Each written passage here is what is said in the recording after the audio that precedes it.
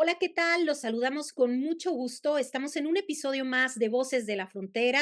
Soy Dolores Aragón y hoy tenemos a una invitada muy especial que agradecemos que esté con nosotras, la doctora Marlene Celia Solís Pérez. Ella es directora del Departamento de Estudios Sociales y además es responsable de la unidad de género del Colegio de la Frontera Norte. Voy a contarles un poquito sobre su trayectoria porque vale la pena conocerla. La doctora Marlene Celia Solís Pérez es doctora en Ciencias Sociales con especialidad en estudios regionales por el COLEF y maestra en desarrollo urbano por el Colegio de México. La investigación que ha realizado trata sobre el trabajo, las identidades laborales y de género, los procesos fronterizos y el cambio social. Importante mencionar que ella es miembro del Sistema Nacional de Investigadores e Investigadoras Nivel 2 y participa, por supuesto, en diferentes redes académicas y es integrante del grupo de trabajo del grupo interinstitucional y multidisciplinario de seguimiento a la declaratoria de alerta de violencia de género en Baja California. Además, ella cuenta con numerosas publicaciones sobre las fronteras de México y Marruecos, la desigualdad de género en las maquiladoras y otras ocupaciones, así también como el acceso de las mujeres a sus derechos humanos en México. Y por supuesto, nos acompaña en esta sesión la doctora Hilda García. Ella es del Colegio de la Frontera Norte de la Unidad de Nogales. Hilda, ¿qué tal? Hola, ¿qué tal? Mucho gusto estar nuevamente con toda la audiencia en Voces de la Frontera y le doy la bienvenida a la doctora Marlene Solís. Doctora, Muchas gracias. Ujú. bienvenida.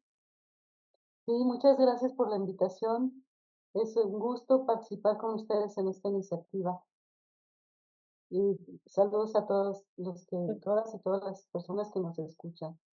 Muchas gracias, Marlene. Pues estamos muy contentas de tenerte en el mes de marzo, para poder hablar de las mujeres. Y obviamente, bueno, no deberíamos de hablar de las mujeres solamente en el mes de marzo, sino es un tema continuo que tenemos que estar abordando. Y yo quisiera que, pensando en pues la proximidad del 8 de marzo, y si pudieras hacer una reflexión de en dónde estamos, o sea, cuál es la situación actual de las mujeres en México, cuáles serían esos aspectos que tú resaltarías que son importantes. Bueno, pues hablando así como haciendo un balance, yo creo que hemos avanzado muchísimo en términos de, pues, de reducir brechas, ¿no? O sea, como un primer elemento, podemos pensar en la desigualdad. Pensar en que hablar de las mujeres y hablar del tema de género es hablar de las desigualdades que hay entre hombres y mujeres, ¿no? Entonces, en ese tema, la cuestión está en que hemos venido pues dando seguimiento a cuál es el acceso a las mujeres a sus derechos y a las cuestiones básicas, ¿no? Que tienen que ver con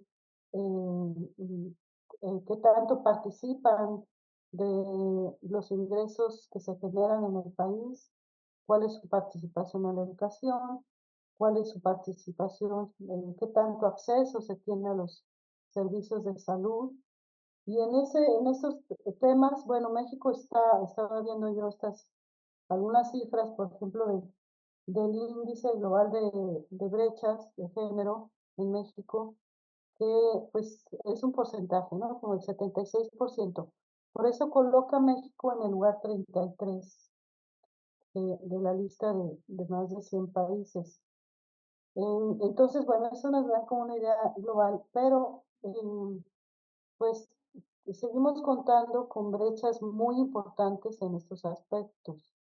Por ejemplo, en términos de empleo, les puedo comentar que las mujeres tienen una participación mayor en empleos informales, en empleos de baja calidad. ¿Qué quiere decir eso? Que son empleos pues con baja remuneración, muchas veces sin un contrato de por medio y con horarios de trabajo también extensos, ¿no? Entonces, esta es una situación y tiene que ver mucho con que las mujeres seguimos teniendo una doble carga de trabajo, ¿no? O sea, participamos en el mercado laboral, pero también seguimos siendo las principales responsables del cuidado de la familia. Entonces, esto hace que, pues, el acceso a los empleos tenga esta característica, ¿no? O, por ejemplo, en el campo nuestro de la academia, pues que tengamos lo que comentábamos, ¿no? Carreras pues más cortitas porque empezamos más tarde o porque entramos y salimos del mercado de trabajo según las necesidades de cuidado de los hijos, ¿no? Cada cambio de la primaria a la secundaria a la preparatoria y así, para nosotras implica un cambio en los horarios y en la dinámica de vida. Entonces, hay esta tendencia que las mujeres tienen menos estabilidad laboral, por lo tanto, pues menos acceso a los recursos económicos. Y bueno, en cambio, por ejemplo, en México, un tema que a mí me ha llamado la atención, tiene que ver con la cuestión de la educación, de qué ha pasado con las mujeres en la educación, y esto lo venimos dando cuenta desde hace tiempo, de que las mujeres cada vez participan más en los sistemas de educación. Por ejemplo, mira, un dato que estaba yo viendo del INEGI, de la tasa de alfabetización, de cómo se ha comportado desde los 90 hasta el 2014, y hay una diferencia tremenda, ¿no? En los 90 las mujeres tenían menos del 95%, hoy estamos casi llegando al 99%, y se ve una diferencia muy importante con los hombres, ¿no? O sea, ya estamos, nivel de la tasa de alfabetización de las mujeres es como un poco más alta que la de los hombres, a diferencia de los 90, que había la diferencia era mucho mayor, de unos 5 puntos porcentuales. Y lo mismo ocurre con los niveles, con los distintos niveles educativos. Por ejemplo, bueno, comparando si los 50 y 2014, por ejemplo, teníamos que no había, que había una diferencia, les digo, de unos 5 o 10 puntos porcentuales, ¿no? Por ejemplo, en los 50 mujeres, el porcentaje de mujeres en la secundaria del 44%, y hoy es del 50%. Y así, ¿no? A nivel media superior era del 42% en los 50, hoy es del 50%. O sea que ahí hay paridad, ¿no? Y licenciatura también en los 50 era del 40%, y hoy estamos bueno, en el 2014, en el 48%. Entonces, ¿Qué está allá hay pasando, un, Marlene? Marlene, ¿qué está pasando? ¿Por qué estos datos crees que están, o sea, se están modificando? Esta brecha se está cerrando en términos de las mujeres. ¿Qué elementos están ocurriendo en México para que esto se exprese en estos cambios en las cifras? pues yo creo que hay cambios importantes en términos, pues sí creo que culturales. Y yo creo que también hay un sentido de las mujeres de una necesidad, ¿no? Una necesidad de los propios mercados de trabajo, desafortunadamente tienen más exigencias para las mujeres, cosa que puede ser vista pues de manera positiva porque entonces estamos más preparadas que nuestros colegas hombres. Y eso lo vemos también en ahorita no tengo el dato exacto, pero en términos de funcionariado, por ejemplo, vemos que las mujeres tienen maestrías o posgrados en más medida que lo tienen los hombres.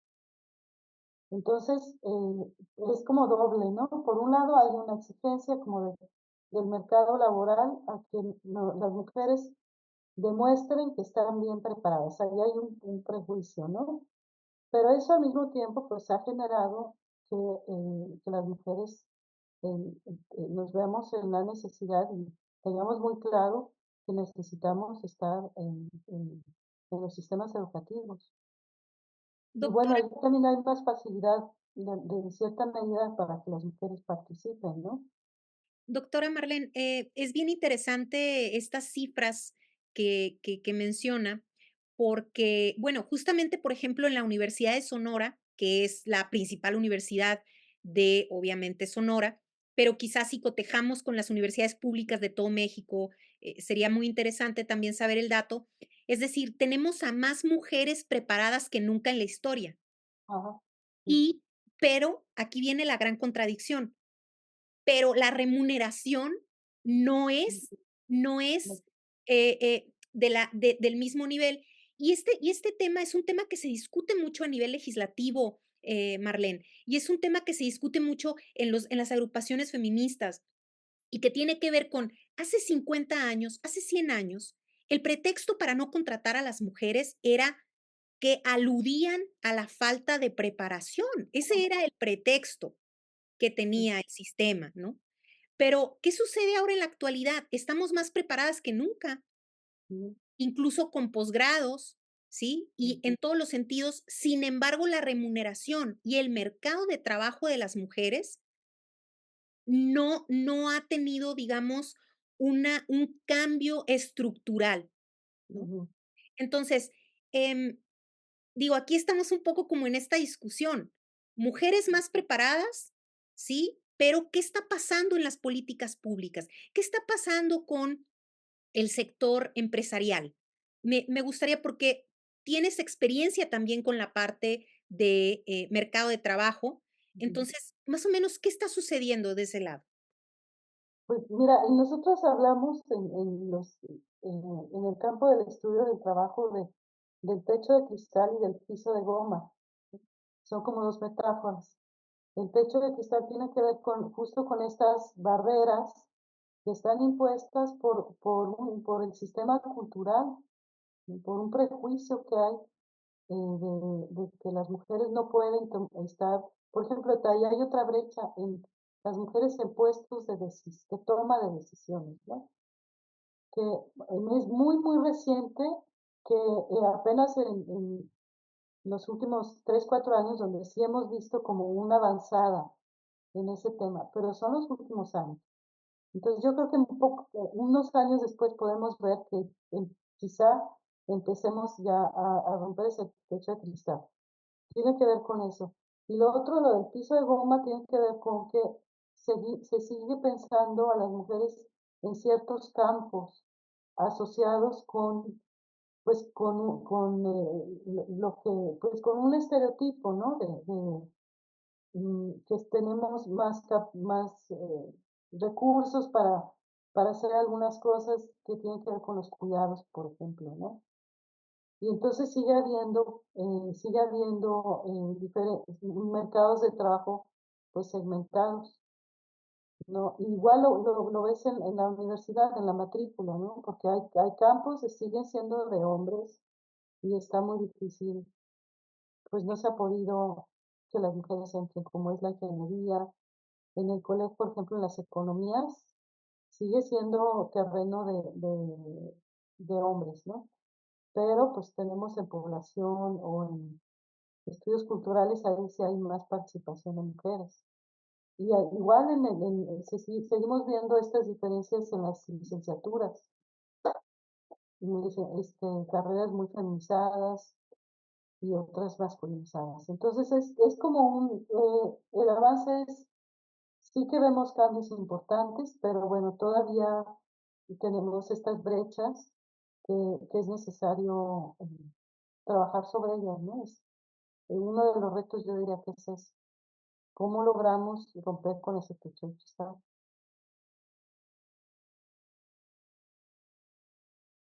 Hilda, el micrófono. Sí, muy interesante lo que nos comentas, porque, o sea, y esto nos lleva a plantearnos, o sea, ¿cuáles son los aspectos que debemos como plantearnos o cuáles son los temas emergentes que nosotros debemos plantearnos ahora en este momento, ya que hemos logrado, digamos, cerrar la brecha en términos de que tenemos un porcentaje mayor de mujeres que están con un nivel educativo alto o mujeres que están insertándose al mercado de trabajo, pero entonces hay cosas que tenemos que resolver. Tú ahorita hablabas del tema de de los apoyos a las mujeres para que puedan realizar actividades, en el sector laboral, por ejemplo. Ujú, Eh, exacto. ¿Cómo atender ese tipo de necesidades que emergen? Porque obviamente un elemento cuando tú entras al mercado de trabajo es, también tienes a veces aspiraciones reproductivas. Entonces, Ujú. ¿cómo manejar estos 2 aspectos para que tú puedas, digamos, que la carga de la doble jornada de la cual tú hablabas pudieras sea más ligera para las mujeres a nivel poblacional, ¿no? Sí, ¿Cómo hacerlo? ese es un tema muy importante y yo creo que es un tema, pues, de, de los temas emergentes que están ya como en la agenda pública y es todo lo que tiene que ver con el sistema de cuidados, ¿no? Porque no tenemos un sistema de cuidados en México y que es necesario tenerlo justamente para como una política que podría compensar este tipo de problemas de conciliación, ¿no? De la conciliación de la vida laboral y la vida en, en el ámbito privado, ¿no?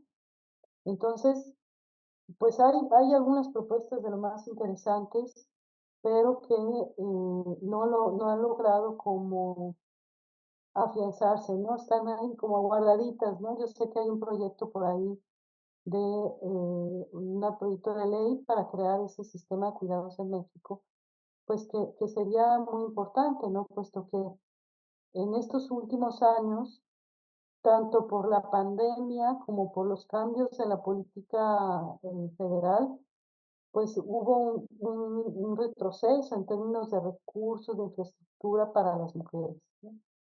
Y además, históricamente, pues, el sector privado no tampoco ha generado esos recursos, ¿no? Que podría estarlos. Hay algunas iniciativas aquí, por ejemplo, en Baja California, con algunas guarderías para trabajadoras de las empresas maquiladoras, ¿no? Que esa sería una población muy importante de atender en contextos fronterizos, pero no han tenido el nivel de, pues, de extensión, ¿no? Que es de amplitud que se requiera para atender estas necesidades. Que además de pronto pueden ser múltiples, ¿no? Porque no solamente se necesita que puedas llevar a tu hija o hijo a una guardería mientras trabajas, sino también tener actividades fuera de esos horarios, ¿no? Con que los niños pudieran eh, eh, estar en ambientes seguros y sanos, porque pues es una locura el trabajo, ir a trabajar, ¿no? Muchas veces se tardan en los sistemas de transporte, ese es otro tema. Pues bueno, paso el tema, ¿no? El sistema de cuidados sí sería un tema emergente o una necesidad vieja, pero que un tema que se requiere retomar y recuperar y apuntalar. Y otro tema que creo que tiene que ver con la seguridad de las mujeres, con la ciudad, ¿no? Porque iba yo a comentarles de cómo son las mujeres las que usan en mayor medida los sistemas de transporte públicos, justamente porque tenemos menor acceso a recursos, ¿no? Entonces, quienes usan las calles son las mujeres y las ciudades no están hechas para el tránsito de las mujeres. Entonces, ya hay un tema muy importante de seguir construyendo, que son ciudades seguras, ciudades de paz, ¿no? Entonces ahí voy a un gran tema que en México, por supuesto, está en primer lugar, que tiene que ver con las violencias de género, como un tema que es otro obstáculo para que las mujeres podamos desarrollarnos plenamente, ¿no? Porque no podemos seguir padeciendo estos niveles tan altos de violencia. Y otra vez, sobre todo en contexto fronterizo. Entonces, y bueno, sí que hay avances, por supuesto, pues está la ley de acceso, está el mecanismo de la alerta de violencia de género, pero que además yo creo que hubo un cambio importante en los últimos años en el tema de las alertas, que en gobiernos anteriores pues se veía como un castigo, ¿no? Tener una alerta de violencia de género era un castigo, era mal visto, se trataba de evitar a toda costa. Pero hoy en día hay un cambio porque se ven las alertas como una oportunidad para esta acción interinstitucional, ¿no? De los niveles federal, estatal y municipal, que es una virtud, porque entonces se conjugan recursos de estos niveles de gobierno para atender la problemática. Además de que ya ha habido como un camino recorrido en términos de buenas prácticas, ¿no? Como por ejemplo, pues los centros de justicia para mujeres, los refugios para mujeres, la mejora de los sistemas de impartición de justicia, ¿no? Con las fiscalías especializadas y además con fortalecerlas con las unidades de análisis de contexto, por ejemplo, ¿no? Que ayudan como a hacer, a que la perspectiva de género realmente esté considerada en el armado de las carpetas de investigación. Entonces, yo creo que ese es un tema fundamental para las mujeres, ¿no? Que logremos transitar hacia otra situación en la que las alertas funcionen bien y se logren políticas públicas que permitan el acceso a una vida libre de violencia.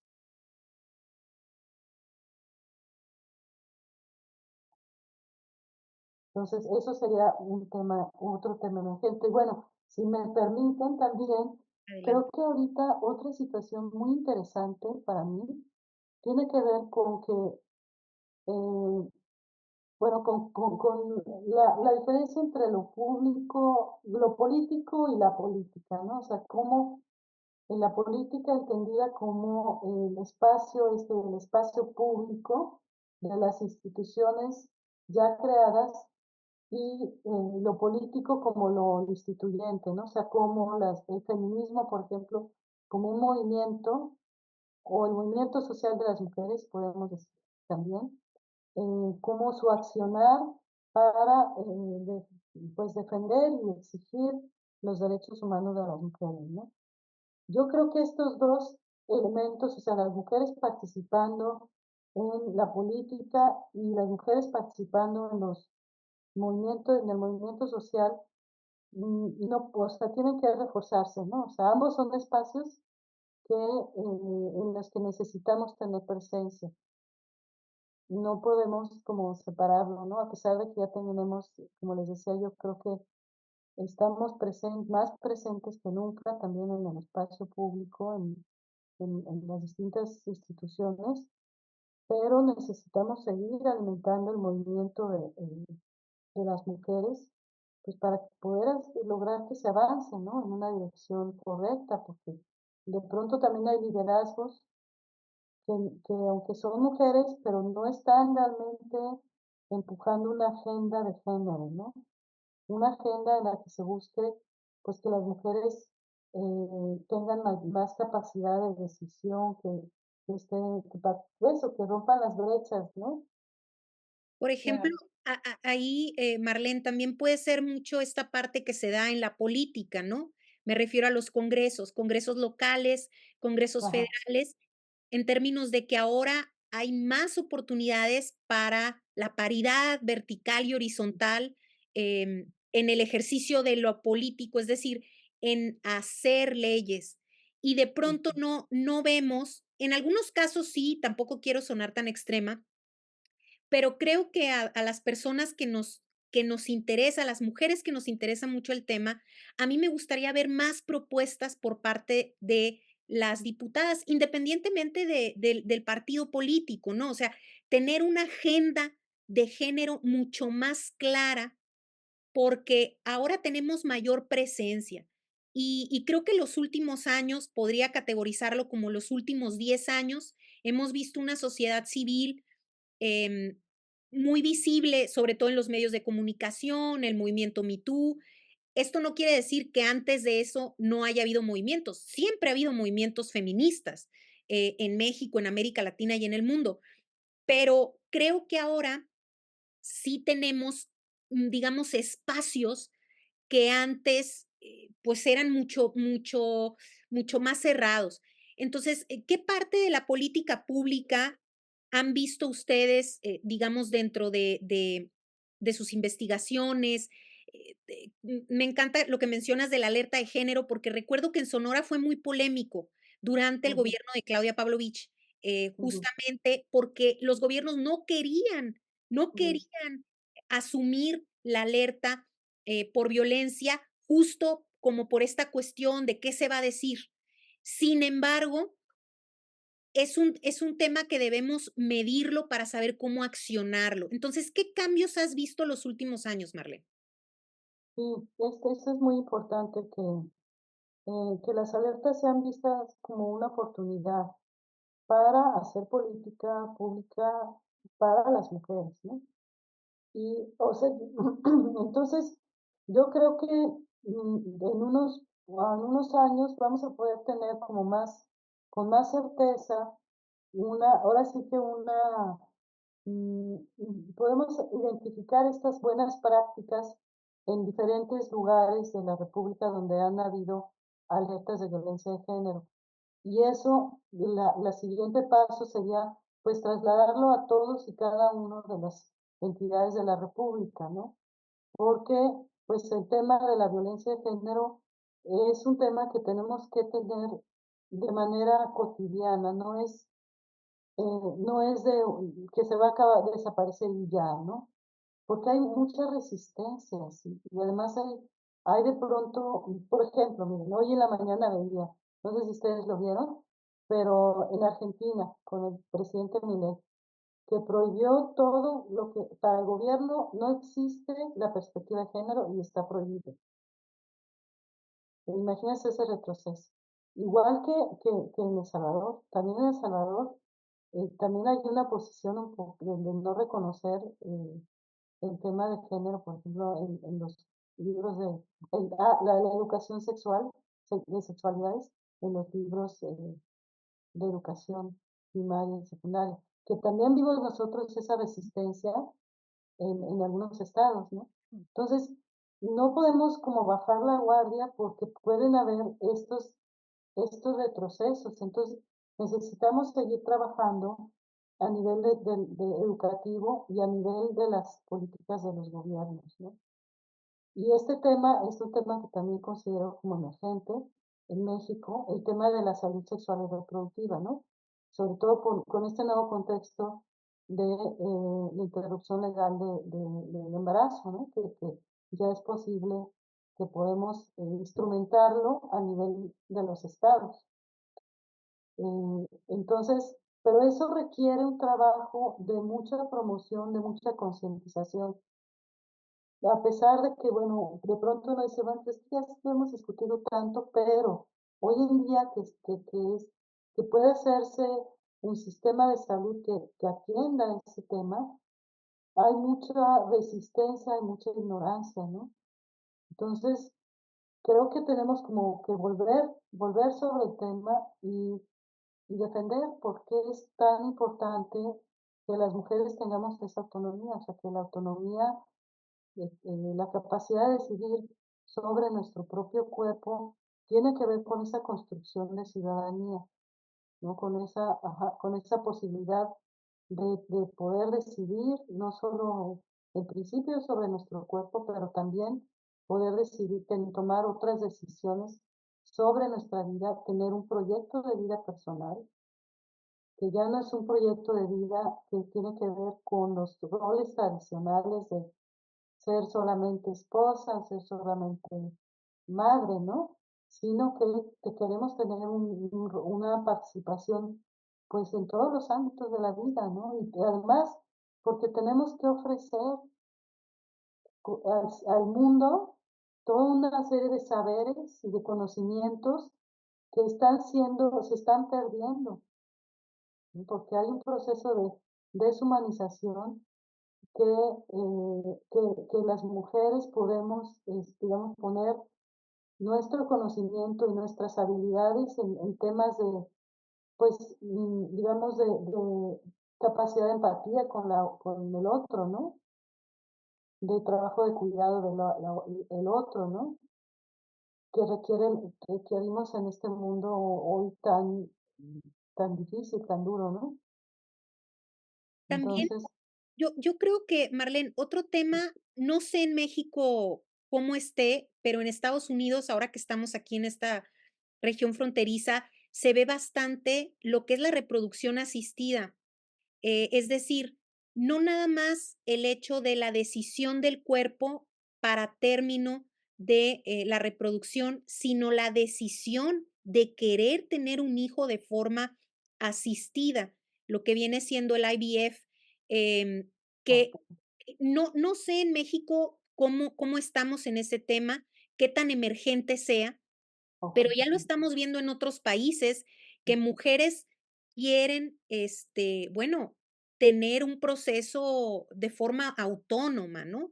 Y la barrera cultural que eso implicaría, sobre todo para un país latinoamericano con una, pues, educación que está muy arraigada, ¿no? En esta tradición, pues, del cristianismo, del catolicismo, ¿no? Lo que implicaría, ¿no? Y también el riesgo que implicaría, este, en términos de que se vuelva un mercado, ¿no? Como ha sucedido en otros países, ¿no? sí, fíjate que justo acá en la alerta de violencia de género de Baja California, la primera que fue en el 2015, ya había una demanda de las mujeres por lo que ellos llamaron el parto humanizado, que tiene que ver justo como una manera de contrarrestar la violencia obstétrica que se ha vivido aquí en Baja California y en México, ¿no? Entonces, yo creo que es también un gran tema, ¿no? Justo porque es recuperar saberes de las parteras, de las propias mujeres, y además contrarrestar digamos, esta forma que también considero una forma de violencia obstétrica, de que generalmente se nos lleva a no tener un parto pues natural, sino a través de la cesárea, ¿no? O sea, ¿cuántas de nosotras no pasamos por eso? Entonces, ese también es un tema muy importante que vale la pena tener en las agendas públicas, de cómo modificar los sistemas de, de salud sexual y reproductiva para las mujeres, recuperando estos saberes.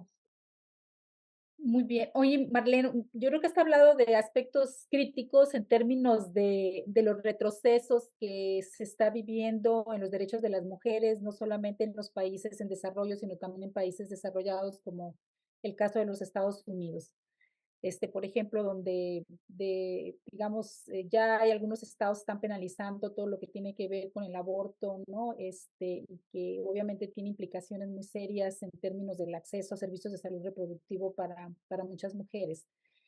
Eh, pero tú que en este nuevo cambio de gobierno, donde las expectativas de que, por ejemplo, tal vez una mujer asuma el poder presidencial, ¿qué posibilidades tú has visto en la agenda planteada por las candidatas en términos de la agenda de las mujeres? O sea, en términos de atender problemas de salud reproductiva, atender problemas de violencia, como lo que tú estabas ahorita planteando, que es un tema que tú planteas que va a continuar, o el tema de los cuidados. ¿Qué es lo que tú has observado y cómo tú esperas que, pues, que esos aspectos sean tratados por el nuevo gobierno?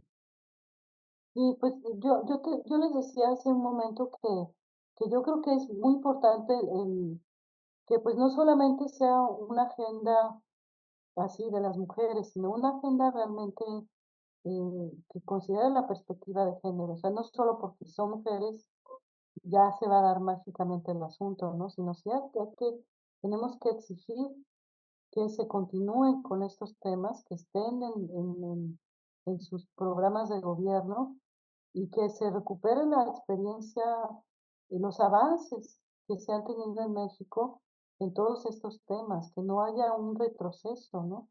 Por ejemplo, en los temas de educación, que se me hace fundamental, que hay un problema muy serio en México de violencia sexual, es un problema muy serio y eso tiene que ver con que no tenemos una educación y no sabemos cómo desarrollar una sexualidad sana. Entonces, ahí se requiere asuntos de que todos nos eduquemos, o sea, no solamente los jóvenes, los pequeños, los niños, sino los padres de familia, ¿no? Porque hay también una brecha ahí generacional muy fuerte. Pero bueno, decía yo que recuperar las experiencias que han sido muy exitosas en México, ¿no? En diferentes estados de la república atendiendo temas de violencia, de acceso a una vida libre de violencia, a la igualdad, de acceso a la salud, ¿no? Por ejemplo, pues sí, los avances importantes que se ha tenido en la Ciudad de México en estos temas, ¿no? Entonces yo creo que eso es lo que podría decir, que se necesita tener que esté entre sus propuestas recuperar los avances que hay, no queremos retrocesos, nos ha costado mucho, y ahí sí tenemos que estar como muy vigilantes de que se avance, ¿no? Y bueno, un poco es como es época ya de era electoral, no puedo profundizar tanto, pero sí creo que tiene que ser una exigencia. Y claro que hay una oportunidad si es alguien, mujer, ¿no? Porque será alguien sensible y esperemos que tenga la voluntad política, que es muy importante. Muy Claro, bien. claro. Pues damos un cierre. No sé si quisieran hacer algún último comentario. Bueno, el tema da para mucho porque en realidad creo que el tema de la mujer o investigar la perspectiva de género desde la perspectiva de género, pues nos remite a una perspectiva mucho muy multidisciplinaria, transdisciplinaria, interdisciplinaria, conecta con salud, conecta con aspectos de economía, Ah, conecta con aspectos de la sexualidad en términos de salud reproductiva. Y creo que, bueno, podríamos estar aquí bastantes horas, como siempre nos pasa en este podcast, y esto es muy afortunado, eh, porque, pues, somos mujeres que tenemos mucho que decir, pero me gustaría como una conclusión final de cada una, doctora Hilda, y para cerrar con la doctora Marlene. Bueno, pues, yo quisiera cerrar hablando de lo que la doctora Marlena planteaba como muy importante, que es hablar de la perspectiva de género. O sea, cuando estamos hablando de tratar el tema de las mujeres, también es tratar el tema de los hombres. O sea, se trata de que las mujeres educamos a los hombres y a veces nosotras mm, mismas, digamos, reproducimos valores que son en contra de las mujeres. Entonces, yo creo que es muy importante que la perspectiva de género se vea que no debemos solamente orientarnos en las mujeres, es una cuestión que implica de una sociedad, de atender cuestiones estructurales en el área educativa, en el área de salud, y de poder de esa manera ir avanzando en esta agenda. Y bueno, Marlene lo decía muy bien, ahorita tenemos un avance generacional y esto probablemente estas nuevas generaciones de varones, estas nuevas generaciones de mujeres van a hacer cambios importantes en estos temas. Marlene. Pues, continuando con esto último que dices, sí quisiera terminar con un llamado, ¿no? A las y los jóvenes, porque además, han demostrado un nivel de creatividad que nos maravilla a generaciones de mujeres más grandes, ¿no? Y porque además tienen una exigencia ya, o sea, quieren que ya estemos viviendo en otro mundo, ¿no? Entonces, y bueno, a nosotras o a mujeres de más edad, yo creo que es importante mantener la escucha, ¿no? Estar muy atentas, escuchar a las nuevas generaciones que tienen nuevos lenguajes y que pues son quienes están llevando la agenda de las mujeres a otro nivel. Eso, y muchas gracias por la invitación de nuevo.